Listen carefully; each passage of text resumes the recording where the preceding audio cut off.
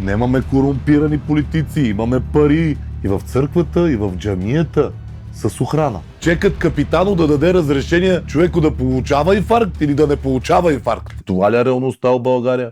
Питам. От втори клас не ги обучавате да бъдат терористи, бе. Кой са махи му и баща му на това, бе? Значи някой друг е карал и прехвърля глобите на него. Това за пореден хиляден път се случва. Кмете, що лъжеш, бе? Просто искаш да вкараш други, които са ти подчинени на тебе. Защо, бе? Защо са толкова продажни тия хора, бе? И аз знам. И хората знаят. Здравейте, приятели! Вие сте у канала на Емо Каменов. Ако се чу шум, продуцента си опущи водата и сега се хили най-нагло. Да, не ми се извинявай. Извинявай. Благодаря ви за подкрепата, приятели. Благодаря, че ни гледате, че ни изпращате хубави, лоши коментари, че ни се кефите, че ни мразите, че ни обиждате и че ни изпълвате душата с любов към всички вас. Така че абонирайте се за канала. Да благодарим на нашите приятели от bvcomputerservice.eu за страхотната подкрепа.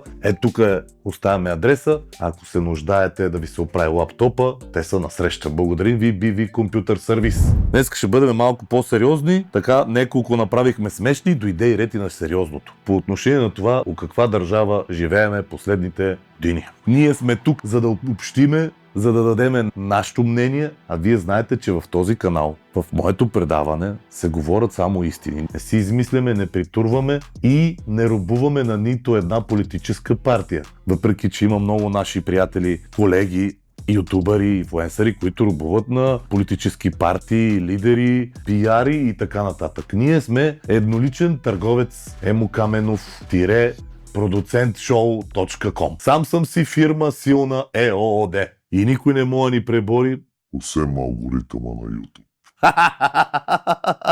Това видео ще е точно такова. Избрали сме тук няколко неща, които бихме искали да ги коментираме, но ние живеем в тази държава и участваме във всички процеси в тази държава и сме жители на тази държава и имаме мнение по този въпрос как да живеем в тази държава. И след като не ни канат в нито една медия, господин продуцент, понеже сме нежелани, а знаете ли, що сме нежелани? Защото говориме истини. Има една приказка много стара. Страх лозе пази. А медиите точно това изповядват. И заради това не сме да ни канат да си кажем мнението, но па ние си имаме наша медия. Знаеме, приятели, че имаме закони. Виждате как те се потъпкват. Всеки говори за справедливост, за добра политика и за добро правосъдие, но на живо реалността е съвсем различна. Да започнем с Нова телевизия, сутрешния блок. След пореден негов първоначално положителен тест за наркотици, мъжът твърди, че е получил инфаркт. Първия път ви спряха, кръвната проба показа, че сте невинен. За пореден път се случват такива недоразумения с фалшиви тестове за наркотици. Не знам кой ги определя тия работи. Нали това трябва някакъв институт, къде да ги дава тия работи на полицаите.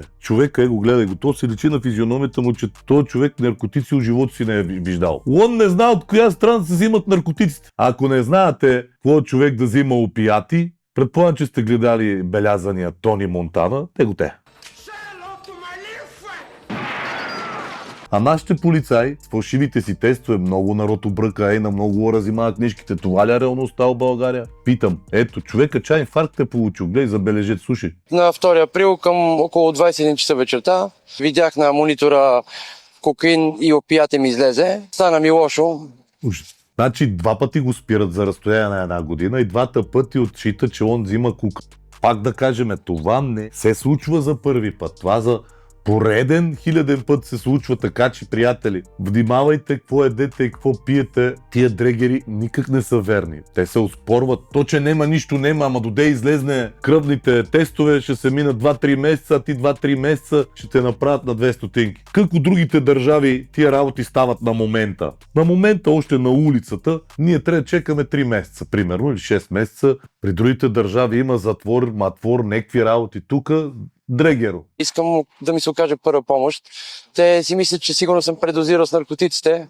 Те си правят обиски, дават ми да подписам документи, свалят ми колани, подготвят ме да ме вкарат в някаква стая. До кога Министерство на вътрешните работи няма да си гледа работата? Този проблем го има от 2 години вече и ти за 2 години не могат да решат проблема с тия фалшиви тестове, къде ги правят по този начин. Обяснете ни защо тормозите гражданите, нормалните граждани. Като почнете да правите тестове за полицайите, като почнете да излязат по положителни. Къде отидох? Оп, прибрате ги. Значи за Вазе не може. Ама за ората може. Засрамете се. Министерство на вътрешните работи. Пати умрелата скапана държава. Искам да се окаже първа помощ. И те казват, отивай си и отказва лечение. Отиваме в МВР болница в 2:33. Направиха ми изследвания и явно са видяли, че съм получил инфаркт.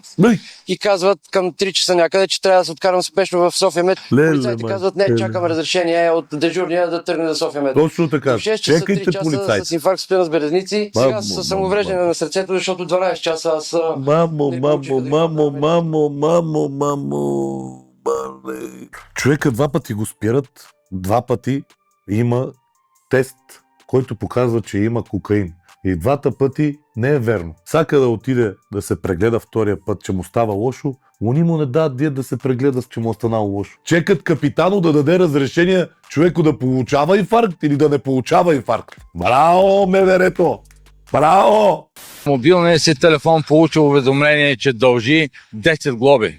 На другия ден веднага отидох в КАТ София и в последствие извикаха друг колега, който каза, че е запознат с случая за въпросните глоби, че са прехвърлени на мен, защото въпросният господин, който ги е прехвърлил, е предоставил моята шофьорска книжка. Така.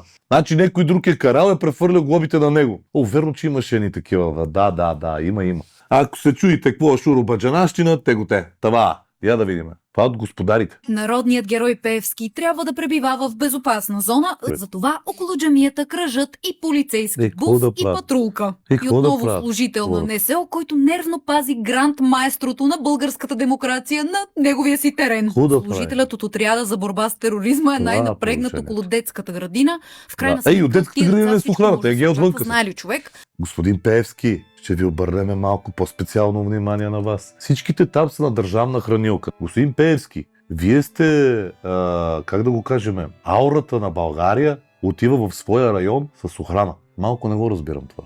И защо ходите, господин Пеевски, и в църквата, и в джамията с охрана? А от детската градина, там децата да не би да са терористи, бе. Затова ли ви е тази смешна охранка, къде я боите с вас?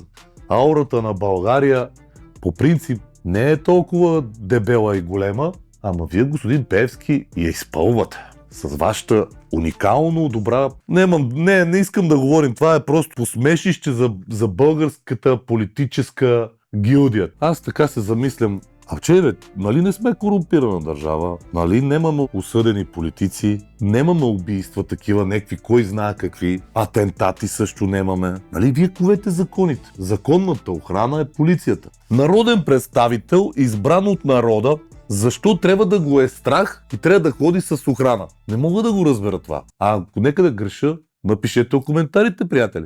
Хайде, разбираме ги андерграундна мафия. За там е ясно, дали сме Европейски съюз, дали имаме ценности, дали са чисти, нямаме корумпирани политици, имаме пари, нема узатворени един политик. Що са ги охранители на тия? И аз знам. И хората знаят.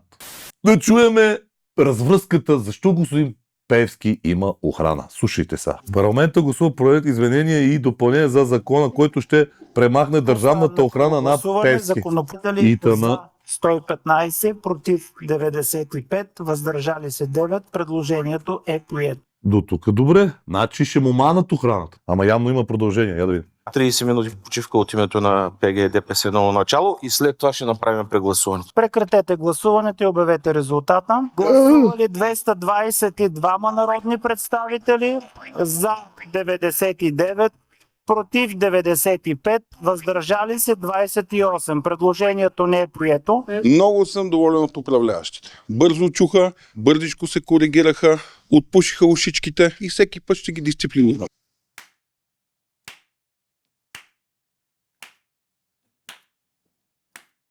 Мъка.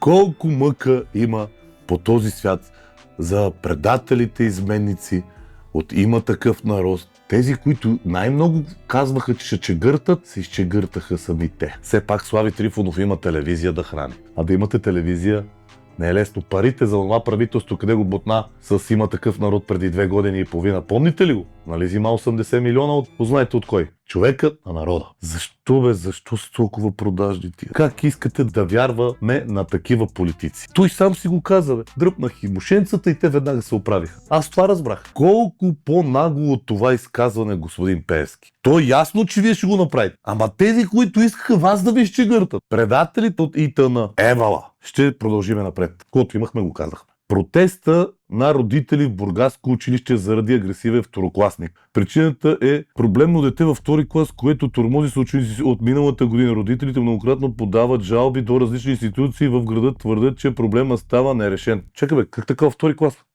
Значи искате да ми кажете, че нормалните деца, като ходят на училище, има проблеми. Нито училището, нито учениците, нито даскалите, нито директора, нито родителите могат да направят нещо, ако има някой агресивен ученик. Или някаква агресия. Така ли излиза? Ако искате да дойдем аз. Как така във втори клас ги тероризира? Кой са майки му и баща му на това, бе? Кои са майките и баща ти, бе, на второкласник в Бургас? Лек. Осъзнай се, лек. От втори клас не ги обучавате да бъдат терористи, бе. Аз имах хубаво мнение за бургазли, че другите родители не могат да се оправят с родителите на тетавате. Значи проблема е родителите. От малки ги правят шампиони по борба и по ММА. Така не се прави, ама тук става вече въпрос за възпитание. Приятели, второкласник, чак протест, чак по училище да не мога да направи нищо. Не знам, аз не подкрепям, нали, мога съм правил грешки, така е. Понесъл съм си обвиненията, не подкрепям такова отношение, ама второкласник и ти да не знаеш как да постъпиш. Ни училищен съвет, ни училище, протест. Там е страшно малко в Бургас, така че нека да приемем ситуацията по-сериозно. Нашия любим кмет Терзиев. Ние се зарина на обукуци, бе. Как те не е срам, бе? Господине, чекай те пуснем малко. Габаритният отпадък ще бъде решен проблема. Да, той е решен от миналата година, от октомври месец се го решаваш.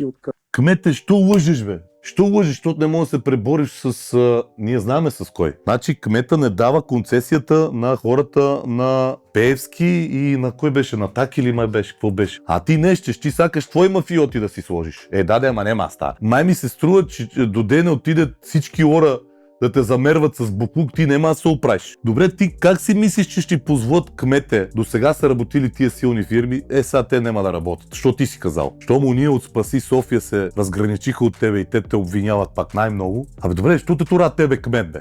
ППДБ, те тура. Знаме, че сакаш нещо да оправиш, ама ти го оправиш по някакъв такъв вариант, къде никой не разбира, бе, кмете. Вземи се стегни малко и вземи да поработиш в правилната посока. Не е нормално кмете, центъра на София, да, заринат от буклук и не само център. Сега че се умириш цяла София. Срам бе, София да мръсна. Майко. Добре бе, кмете. И без това, като дадеш концесията на тия къде, ни паш има за тебе. Лапачницата е ясна там. Най-много пари се правят от буклука. Те хората за това сакат буклук. Защото там най-много пари. Ти си изкараш неко лев, бе, кмете, бе. Не се прави на толкова примерен. Просто искаш да вкараш други, които са ти подчинени на тебе. Защото тия не са ти подчинени на тебе, не мога да правиш какво сакаш с тех. Затова ти ще цакаш парата там. Ще вземеш повече, затова цялата работа. Терзиев, не ставаш за кмет. Направо казвам ти, не си за тая работа. Не си кмет, и това ти не е само това издънката. Не е ти само това издънката. Тя ще продължава да расте, защото цяла София сега ще зарина обуклук. Сега наполовината. Слави не го аресваме нито за политика, нито за нищо. За нищо не става. А моя ден, като му каза кмете дай си оставката, евала. Той Пеевски и он му каза да си подаде оставката. Те всички му каза да си подаде оставката. Подай си кмете оставката, направо си тръгва из 200. И приключваме. Приятели, благодаря ви, че ни гледахте. Какво да ви кажа? Ще продължим с такива новини. Обичайте се, абонирайте се за канала, дайте по един лайк, имайте страх от Бога и знайте, че за всеко едно прасенце края му идва.